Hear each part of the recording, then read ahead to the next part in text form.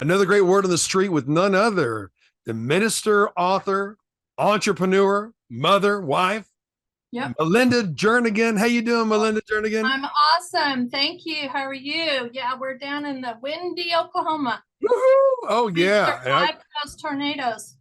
Oh my gosh. I'm glad that you're okay. Tornado Yeah, Alley is yeah, what for they would sure. call it when I was growing up in OKC.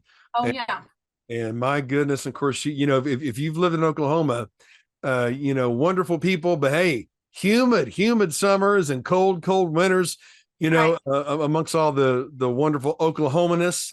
I used to watch those Oklahoma tourism commercials, and Mhm. I'm thinking, hey, I've never seen that before. I've never been there before, Right. and but I love Oklahoma, and of course Melinda Jernigan. You're right there. It's a warm day, and it's a Yes. beautiful day where I'm at as well, folks. Hope you're doing great as well. But very excited for you to meet Melinda Jernigan, and of course her last name sounds familiar, and some of you know why. Some of you will know why. But Melinda, as a minister, a longtime minister, author, a mother, an entrepreneur. These are interesting times, and people need all the encouragement they can get right now. Right. This is a interesting season for us as a family as well. With my husband just being diagnosed with Parkinson's disease. He's had it like for 5 years now. So my role as a partner and a wife has changed dramatically. So I bet it has, and people who thrive during times of adversity, they always find a way to help others, or encourage others. right, And you've written parts of his book that is right. dealing with that, which I think that's Parkinson's and recreation Yes. on Well, Amazon. yes, and the we released it last year in April, and it was in the top two the entire month of April. And Michael J. Fox was the number one. So Dennis's book Wow. number two for the whole entire month. So it's done well, and we're working on number two right now. And but my chapter dealt with how I reacted when I found out, and kind of what my thoughts were, and you know, just our journey and how my point of view and Right. how we deal with it. But Dennis's whole point in writing the book was just to his perspective of joy in the midst of the, normal person who's like, we get the comments of like, oh dear, I'm so sorry. Well, okay, but thank you. But we're going to see it from God's point of view. This is just part of our journey. And And of course, folks, she's mentioning Dennis Jernigan, yeah, her husband and dear brother, longtime friend that I've known. I mean, I knew Dennis, first met him in the early 90s. And of course, thousands of songs, yeah, incredible songs that I still sing, and a lot of you as well. And of course, not only great songs, but great books, great writer, right, and you're a part of that, right. Melinda. We're not defined by our crisis, and the entire time that I've got to know Dennis and always appreciated you is I remember we were traveling early 2000s to a Jack Taylor conference together, and Yes. he had a broken leg, and he was not happy about that broken leg. and No. and he said, Brant, sometimes God makes you lie down in green pastures, and Right. that was a time of growth for him. But you've seen a lot of seasons of spiritual growth in not only being who you are as a minister and encourager and author and wife, but as a mother. How many children and grandchildren do you Well, and Dennis have now? yeah, well, we have raised 9 beautiful children, and just calm down. Um, calm down. Yes, they all are ours, and we know what causes that. And we're not Mormon, and we're not Catholic, and Or we're Mormon, not right? and we're not willing to give that up. So, Yeah.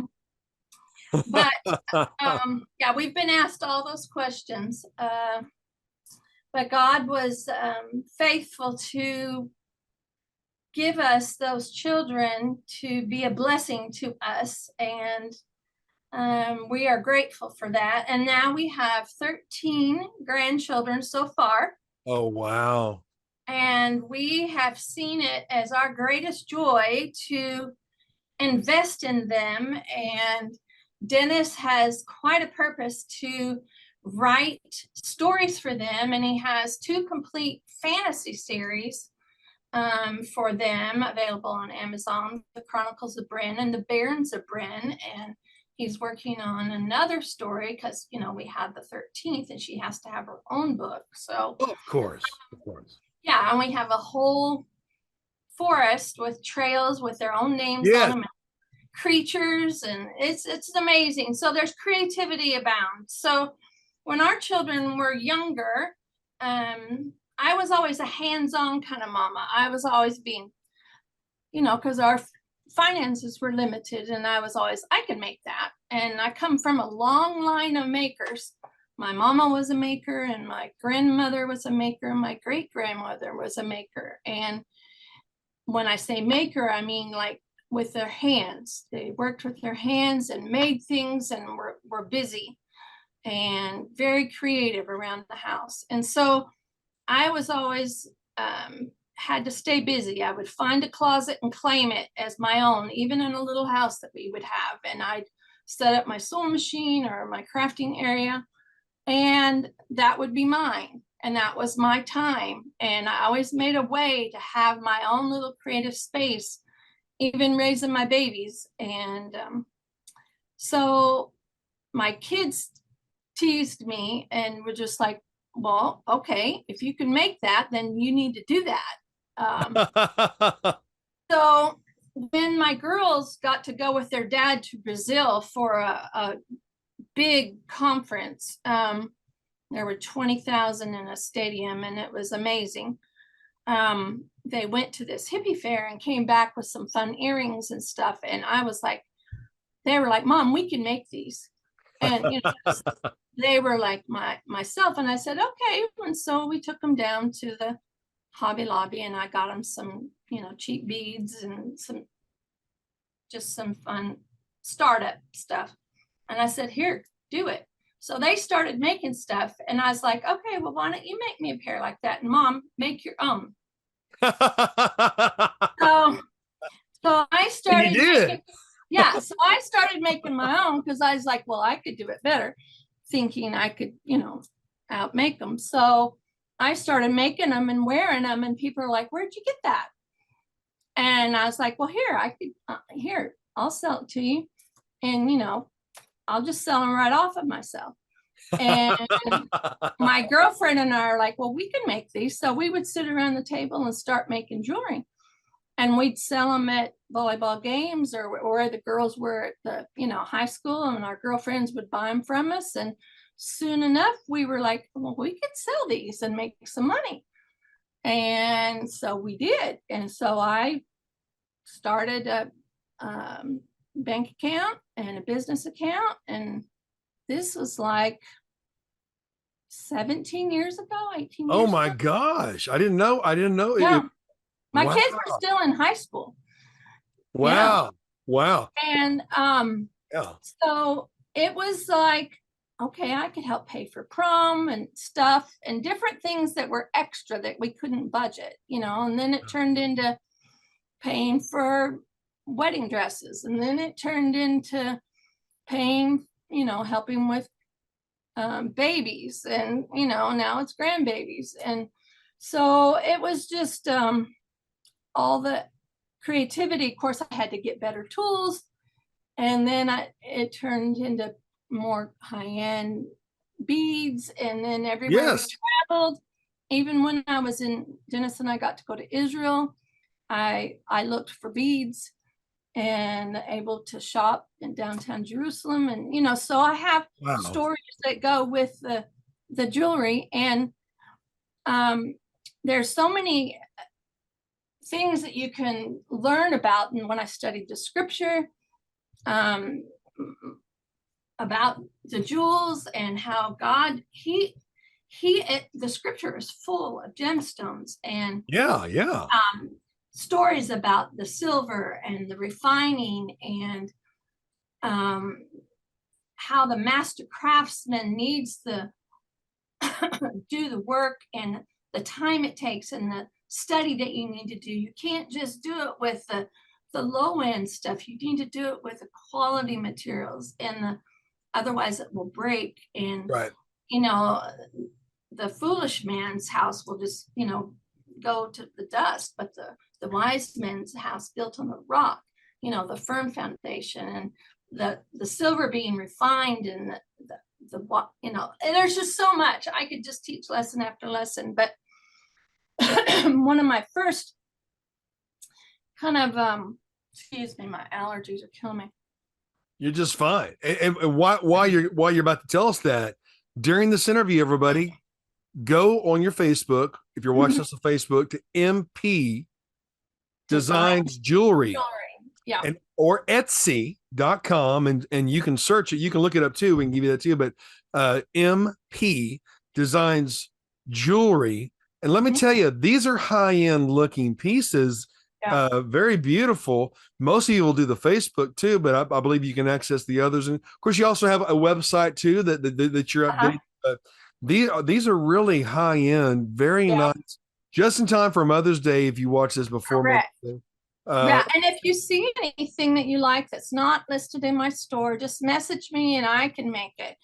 So, I mean, I have loads and loads of items, and I call it from bridal to boho. I can do it all. So, I love doing custom work. That's why I keep it kind of boutique-y. I don't like to go total retail, and I want to keep it. Every piece I make by hand. I touch every bead. You'll see the marks of the tools. You'll see the craftsmanship. You'll see the personal touch, because I feel like that's part of getting something handcrafted.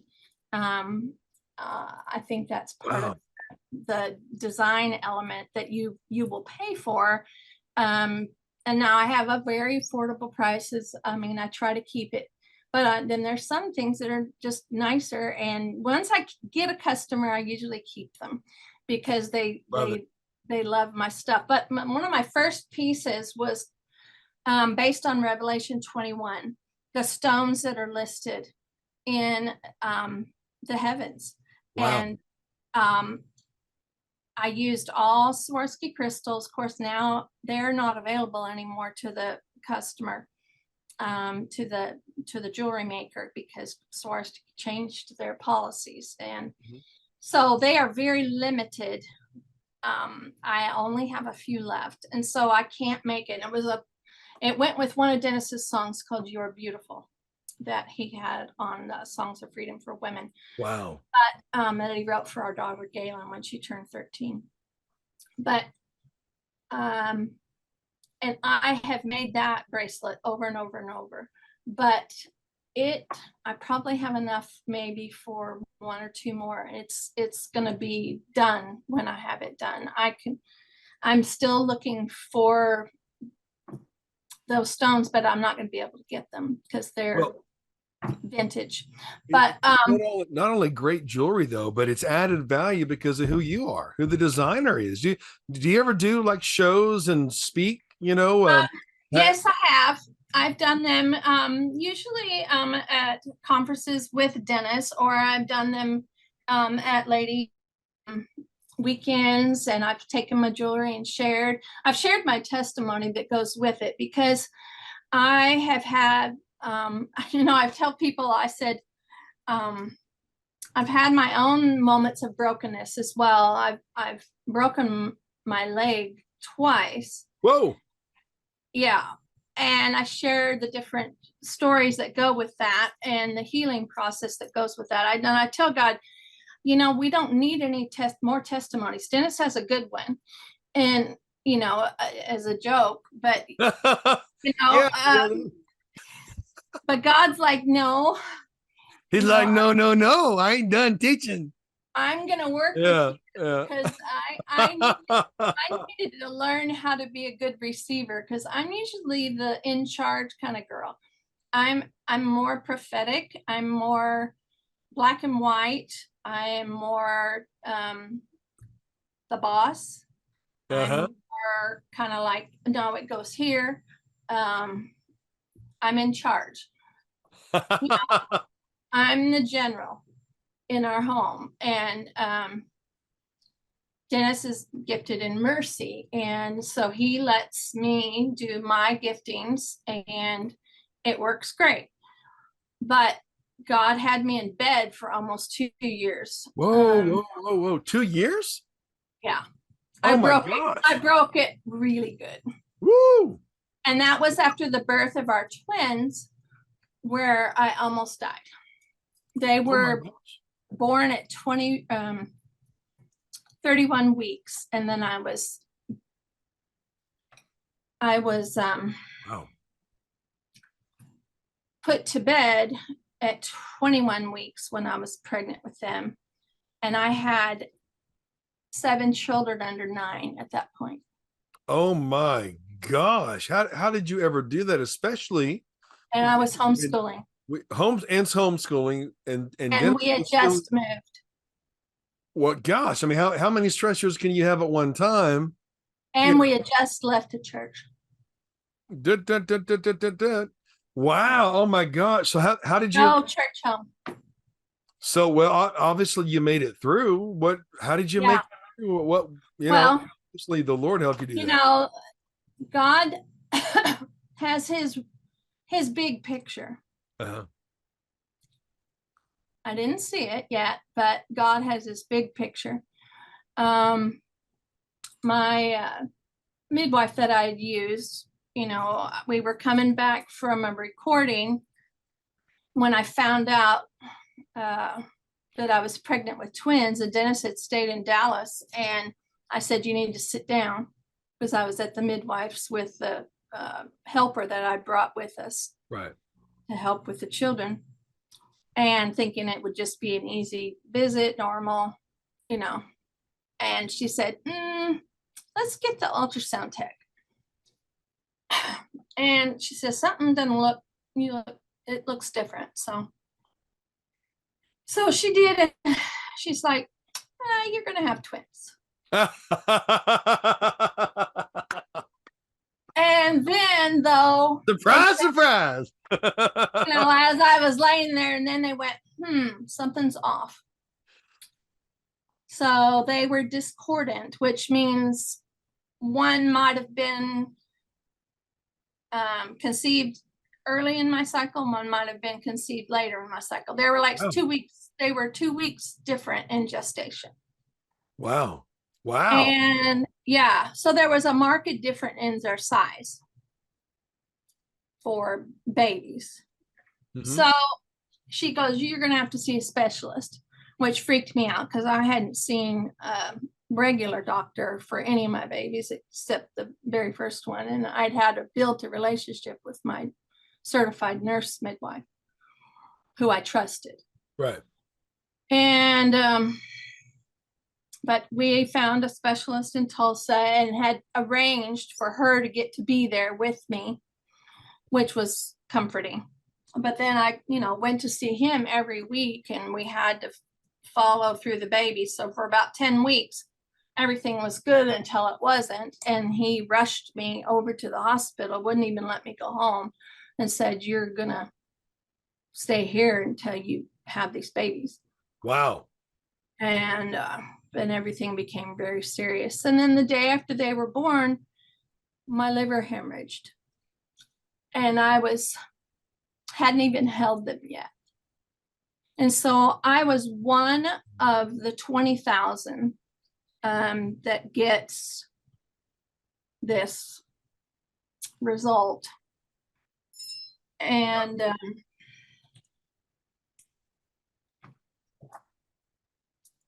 they were poring over journals, trying to figure out how to stop my liver from hemorrhaging. And they're like, if you're a praying kind of people, you should pray. Wow. All of our support had left because the twins were great. They were tiny, 2'7" and 3'10". They're tiny, but they were doing okay. Yeah. Dennis, I had to make him leave the room because they told me to be still. They wrapped me up like a cocoon, wouldn't even move me. And he was crying. And I said, you can't even cry, babe. I can't cry. I'm not supposed to move. You need to leave. Well, unbeknownst to us, and the story is written in the book, The Middle of Nowhere, that's available on Amazon.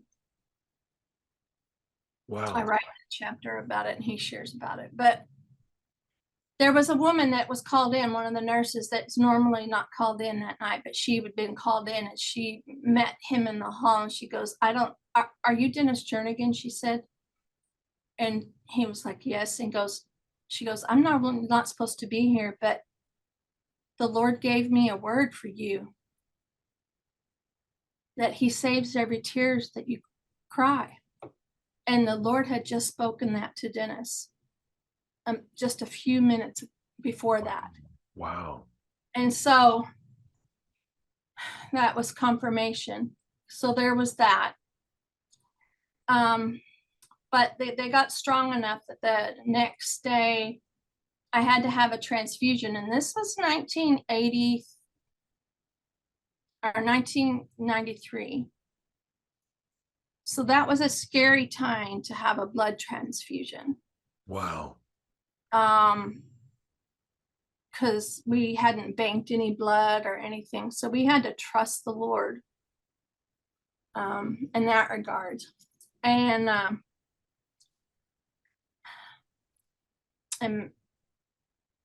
it was just, I told the Lord I was just ready to be with him. I felt myself slipping away. And I was by myself in the room. My blood count got down to like 5 or something. It was just scary. Because my liver was hemorrhaging so much. Dennis said I looked like I was ready to deliver 9 more babies. My abdomen got full. Oh, man. And I told the Lord, I'm ready. And I heard his voice audibly in my mind, in my spirit. And he said, no, I'm going to come be with you. And as they were pumping that blood in me, you know, the Lord reminded me there's life in the blood. And so I literally felt the life come back into me, and I smelled the fragrance of God in that room. There was one precious nurse that was singing in the spirit under her breath as she ministered to me and wrapped me up tight like a burrito. Wow. I could hear her singing over me. And so many things. It was just a precious time, intimate time with the Lord. Of course, then I had 8 more weeks to heal as the babies got big enough to come home. Thinking I was doing better, 4 or 5 months after that, we went on a ski retreat. I brought a lady with us, young lady, to help watch the little ones. All the kids 5 and up were skiing. My youngest, who is now, you know, in like 36 or something, huge boy, man. He was 5 then, and he was skiing, and it just, we were doing a ski retreat and worship whole week. We had lots of people there. We rented out a whole villa. And so we had lots of friends and fans. It was a great week. Had their whole family there. And it was the last day. And so we had everybody up on the hill that were skiing. We'd taken the family picture, getting ready to go down the hill. We just told the kids, be careful, because it had snowed all day and night. So there were like 12 inches of new powder, and that can be dangerous if you don't stay on the slope that are groomed. Right. So we told them, be careful. And it was just kind of those one up, one down kind of places. So the kids knew the slopes, and everybody was with us. So we trusted them, the older ones, to go by themselves. There's just one way to get down and one way to get up. It's a small place. and I was with the youngest. And so he fell almost like first thing. And so I turned my skis to not ski over him. They stayed in the snowbank, and my knee just was wrecked. Woo. Completely, both bones broke, just shattered. I was a mess. Ski patrol coming for me. You know, we had our whole group for the week there coming for me, and they were trying to straighten my leg to get me on the toboggan, and I was like screaming, no, no, no, no, no. You know, from the boot up, it was just wrecked. Wow. Get down to the triage at the bottom of the deal, and the nurse was like, ma'am, you need to get a hold of yourself. And Dennis looked straight at her and said, she's had 9 children. If she says it hurts, it hurts. And of course they start bowing to, you know, Right. and giving me some major drugs at this point. Of course, they'd taken this CAT scan by then and had seen my leg was just shattered. And they tell him, sir, you can take her back to Oklahoma City, but she may hemorrhage. You know, and here I almost died, you know, 5 months ago. Wow. And so we ought not to, and we ambulance ride an hour and a half from there to one of the orthopedic surgeons that do ski surgeries. Called my mom again, and she lives in Washington State. Here I'd almost died once, and now here I am again. Traumatic, and Dennis has to take the kids home, and we had just hired a nanny. I'd spent maybe 30 minutes with her before the trip because I was still homeschooling the kids, and she was just going to watch the twins. And now she has to watch everybody and keep them alive till I get home. Thank so that for moms. Yeah, there was a lot.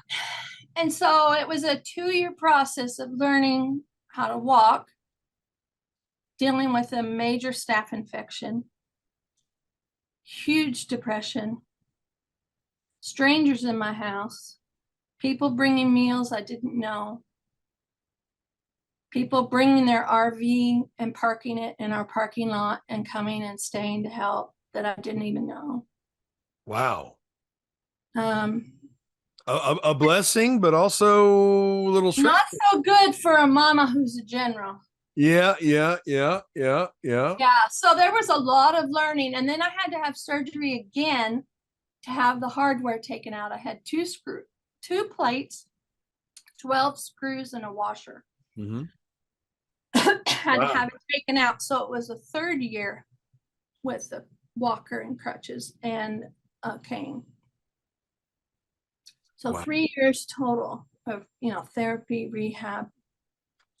So during that time, you had a lot of time to reflect. You had a lot of time to maybe reconcile some things. I don't know. I mean, was that a tremendous time of growth as well, in spite of the depression and the pain? Yeah. One thing I had to learn was Dennis is like, he had to get my attention somehow because I was slipping. Mm-hmm. He finally came to a point where he's like, you need to stop this downward spiral. I need you. The kids need you. Yeah. And so he put a keyboard in my lap and some manuscript paper and said, here, write a children's beginning piano book for me. Wow. And so I did, because that was my major in college, was piano performance. And so I had lots of theory and I knew what to do. So I used some of like the top 12 of his most popular songs and put them in like beginning piano form, and made use of my time and felt productive again. And I could do that while sitting in my bed. So that's what is that book still available somewhere?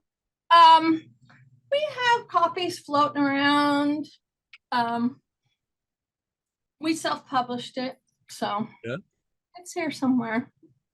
That'd be a good ebook too, maybe. Who knows? Yeah, yeah, we can make it happen. Wow. A long time ago, so before, before digital stuff. So It's a different world now. it is. Media wise, it's a different world. Publishing wise, we do all of that. It's a different world. Yeah, And it is.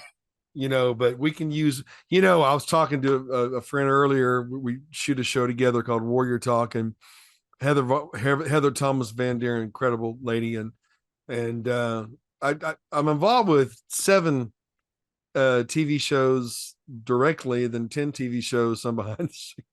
But Well, people have lost all respect for their politicians, and they have lost all respect for the media. yeah, And this is a time where things like what we're doing right now, taking territory back from the prince of the power of the air, right. and sharing encouraging information and biblical information and direction and testimony, because we Right. overcome by the blood of the Lamb, the word of our testimony. Well, we were getting ready to do a worship conference locally here, and I was going to share my story about, the brokenness and how God brought me through getting ready. And I, having company come in, and we were going to host it, and I was going to share and get the table all decorated and make it look cute, because that's what I like to do, and be the hostess, and just get everybody done. And family was coming in, and I step out on our deck, and it was kind of slick, kind of snotty is what I call it. And bam, same leg. Woo! Broke it exactly in the same spot. Oh my gosh. Man. God wasn't done. He wasn't done, and the enemy wasn't done, trying to discourage So you. my being twice broken Wow is a whole thing. So don't mess around with God. He will bring us to our knees however he needs to. And you've made it through that. Yeah. But you fashioned it into something creative instead of right, because I can still use my hands. Yeah. It's getting harder these days as you get older, and I have to put my guards on. I have to wear like my wrist guards now with the copper in them, but because as you get older, and I've used these hands a lot, they get a little sore, but that's all right. I'll keep using them till I can't anymore. But God has given me a talent, and I'm gonna use it for his glory. And I pray over each piece as I make them, because I feel like women especially don't feel beautiful all the time, and they get so many words spoken over them that just destroy their character, because I grew up that same way. Wow. My dad was horrible to me. And I got verbally and physically beaten down. And now as an older man, I don't think he even knows the damage that he did. Back in those days, people didn't talk about it. We just took it. He might have been bipolar, I don't know. But you just didn't talk about it. Families just were dysfunctional. You just took the abuse, and you just got on. And my mom finally divorced him, but she couldn't take it anymore. But I was the oldest daughter and had 3 brothers, so I got the brunt of it after my mom. But just to the point where you would flinch, if a hand was out. Wow. And so, yeah. So you have a lot of self-doubt and a feeling like you just don't quite measure up, that you're not quite pretty enough, that you're not beautiful. And so you're constantly looking for that affirmation. And I think so many women struggle with that. You know, I can't blame men, but yeah, I can, because I lived it. And I think dads need to do a better job with their daughters. You know, Men, Lucifer hates women yeah, because they were the last and most beautiful creation on the earth. right. And he was jealous for And for sure. no other reason than that. I mean, of course, through woman came the Messiah, but Right. that's why he hates you. Right. And you know, you have a lot to say, Melinda. I know I do. We need Yeah. more than just one little interview. Oh But yeah. Yeah. Yeah. yeah, Yeah. for sure. I do have a lot to say. And I told you I'm not really a writer, but I'm more of a one-liner. So I I don't really like to write it out, but you get me started and I can go a lot of places. But Well, as we were talking, it's almost like you know, my wife started a new network called Faithful Stream. mm, So many great platforms, including iHeartRadio, and of course, you know, we're involved with multiple networks, secular and Christian. And but as you were talking about, my gosh, what it would be like if some of or one of those talks, you're making your jewelry and you're mhm, talking and teaching and bringing in your life experience and the lesson from that, with or without the jewelry, it's incredible information and right. encouragement. Things need to be said. You know, a lot of these things don't get talked about in churches because it's not good for business. A lot of these things don't get talked about on Christian shows because it's not warm, fuzzy, feel good, you know, motivational self-help, which is great, but it's not always belonging. But true ministry is being able to speak to the need, being able to speak to the wound, and being able to direct them in a way where they can have healing. Right. And you know, you have wonderful things to say, but I don't think it matters if you're Christian or not. right, I think it crosses that boundary, it does. because I think Christ is in it whether you receive him or not, because he's the creator. Mhm. And especially through the gemstones, because you can feel him in them. Wow. You can feel his presence in them. That's why they're cold to the touch. They're cool. You can feel the earth in them. That's why people feel like there's power in them. They're Well, and feeling the there's presence of frequency. God. They're feeling his Yeah. presence. Yeah. They don't know that, but that's what they're feeling. You That's can so tell cool. if it's real or not based on the coolness of the stone. That's why there's I love the inflections in the stone. I love to see the earthiness of some of them, because you can see the power of God through them. You can see the veining. You can see where his workmanship is. Um, I just I'm looking at them right now. MP Designs jewelry, just beautiful. I mean, yeah. striking, beautiful. I don't think I've seen that beautiful of designs really before. I mean, what Yeah, and I don't even have everything listed. It's wow. really hard to get everything listed. That's my least favorite part of my job. Mhm. Least favorite. I wish there would be someone that it could do it for me. I love just making it.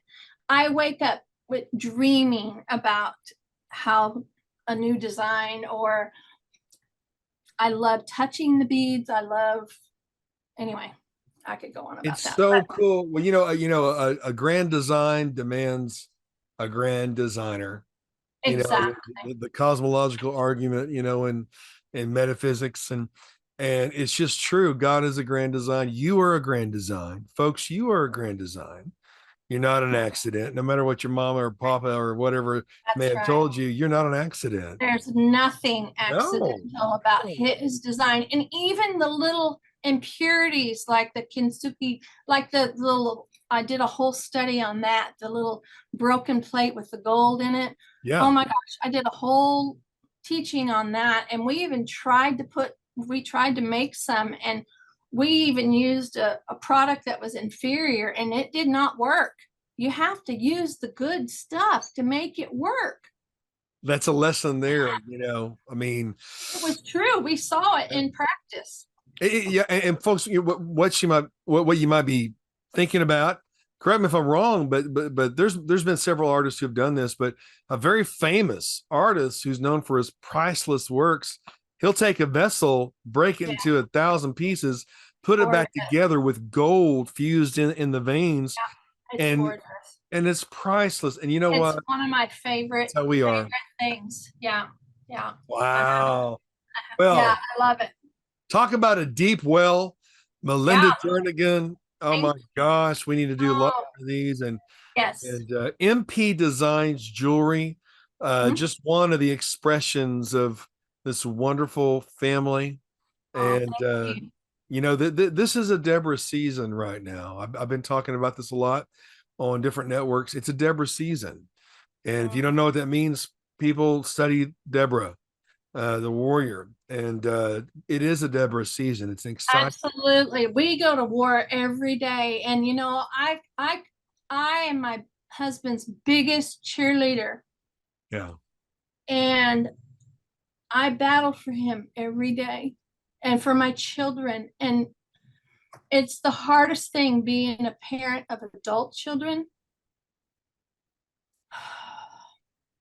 Wow. The enemy is out to get our children, and having grandchildren is one of my greatest blessings, but my fiercest warfare.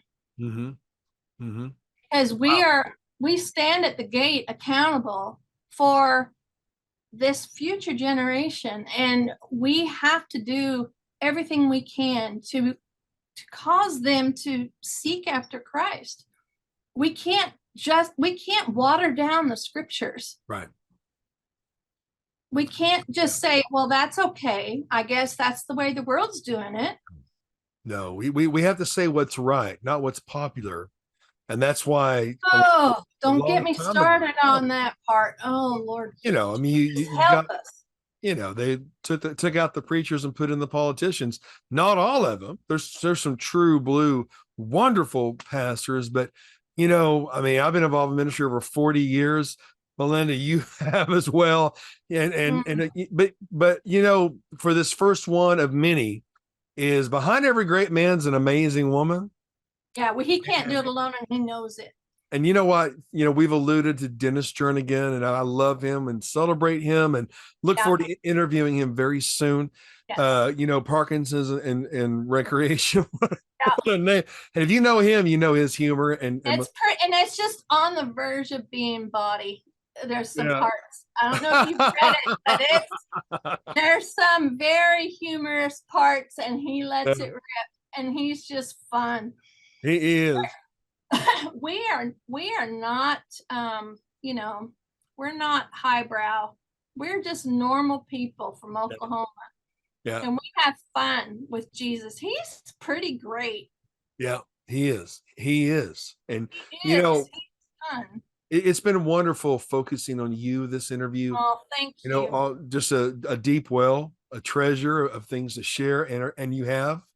And I want to encourage everybody, myself included, MP Designs Jewelry. Yep. Oh my gosh. Connect with Melinda that way on Facebook and Etsy. And can't wait till next time, Melinda. Thanks for joining me today. You've been awesome, Brant. Thank you. We'll see you next time, folks.